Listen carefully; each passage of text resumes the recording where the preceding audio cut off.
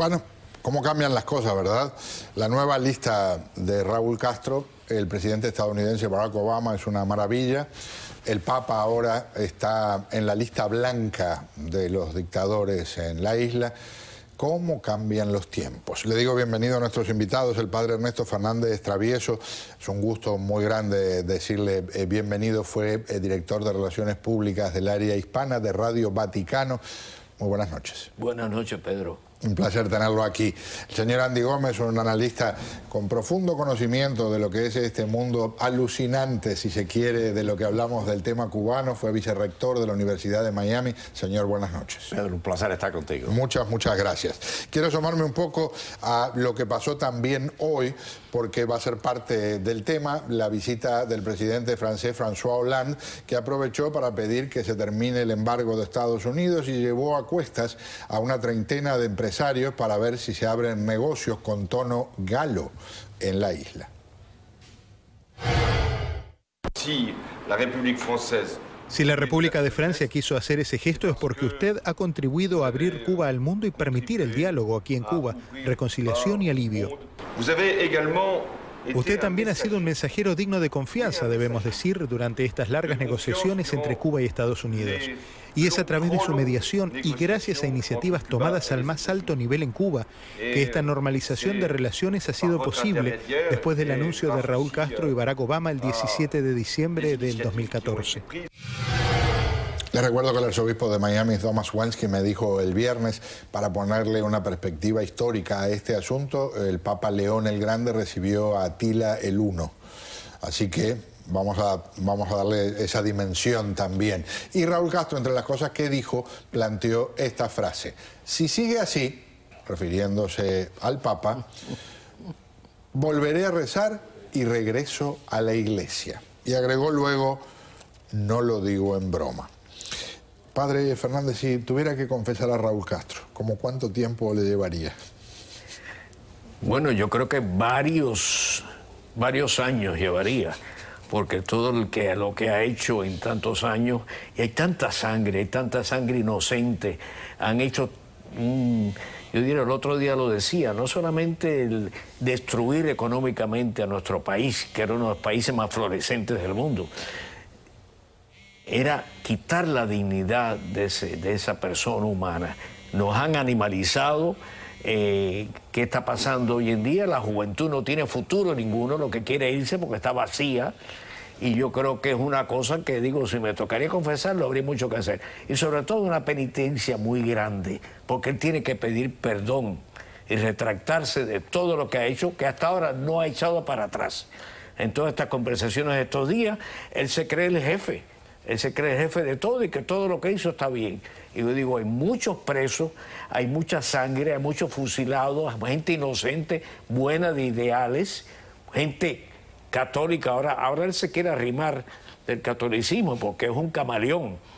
Primero era la China, después la China le falló, vino Rusia, la Unión Soviética cayó, se arrimó a Chávez, se arrimó a Maduro y ahora se arrima a la iglesia pensando en ese salvavidas que le van a tirar. ¿Qué dice, señor Gómez?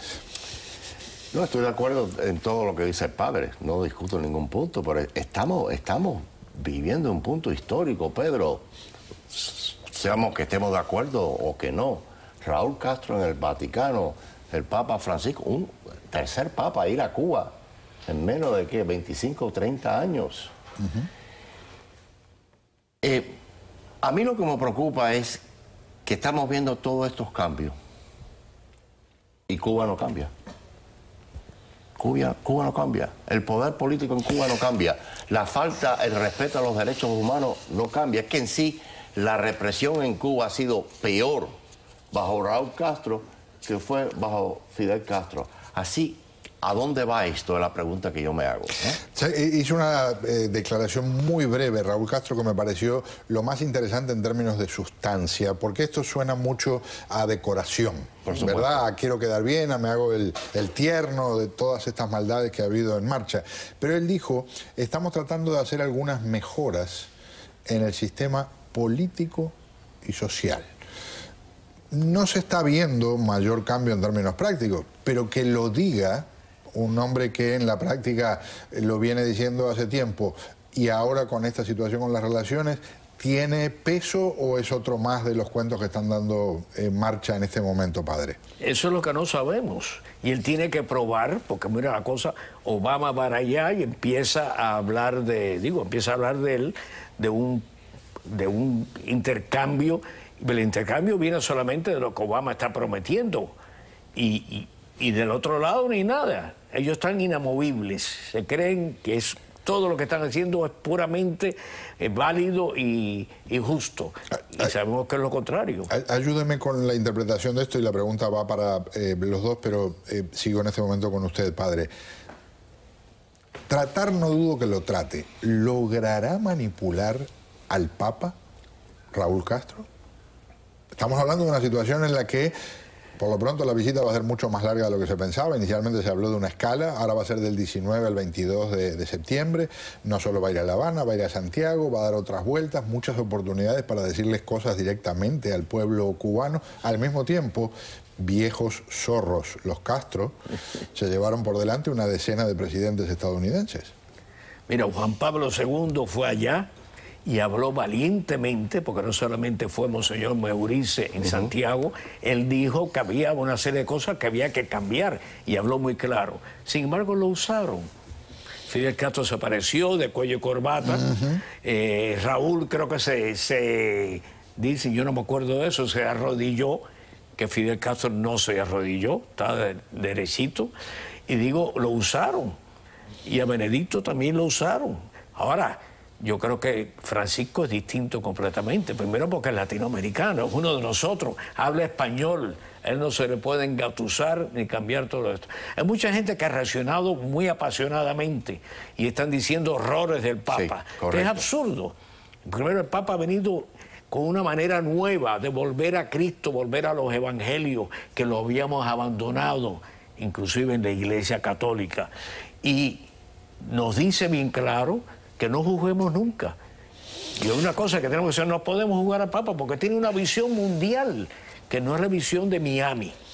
La visión laica en este caso, y por cierto, incorporo un detalle, llevó muchos años, prácticamente un cuarto de siglo, para que de verdad se viera un poco del proceso que pidió Juan Pablo cuando dijo que Cuba se abra al mundo y el mundo se abra a Cuba. ¿Qué me dice?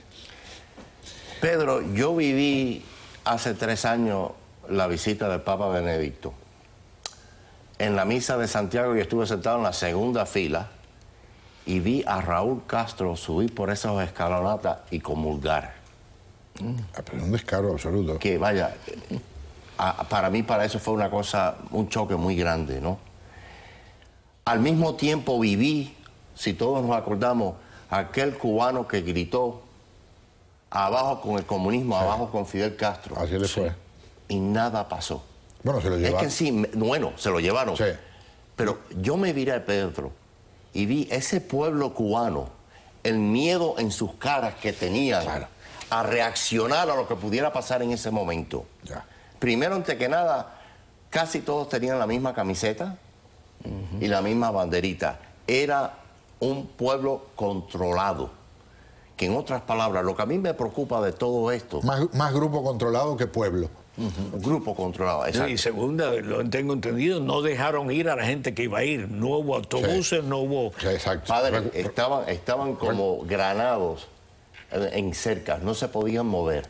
Nosotros que estábamos en silla adelante era un caso diferente. Pero a mí lo que me preocupa de todo esto es que lo que estamos viendo esto, sea de los Estados Unidos o lo estamos viendo de Europa, son los intereses especiales. Tratar de cambiar un país que los gobernantes no quieren soltar el poder a través de mejorar la economía. Y para mí, que lo hemos visto, y un ejemplo muy bueno, es en Rusia, ¿no? Sin transformar psicológicamente al pueblo cubano a un cambio, sea a través de la iglesia, sea a través de otros modelos, va a ser muy difícil. Se habla de mínimo una generación para poder... Yo digo que sí. Para poder encontrar de verdad piso allí. Sí. Cierro este capítulo.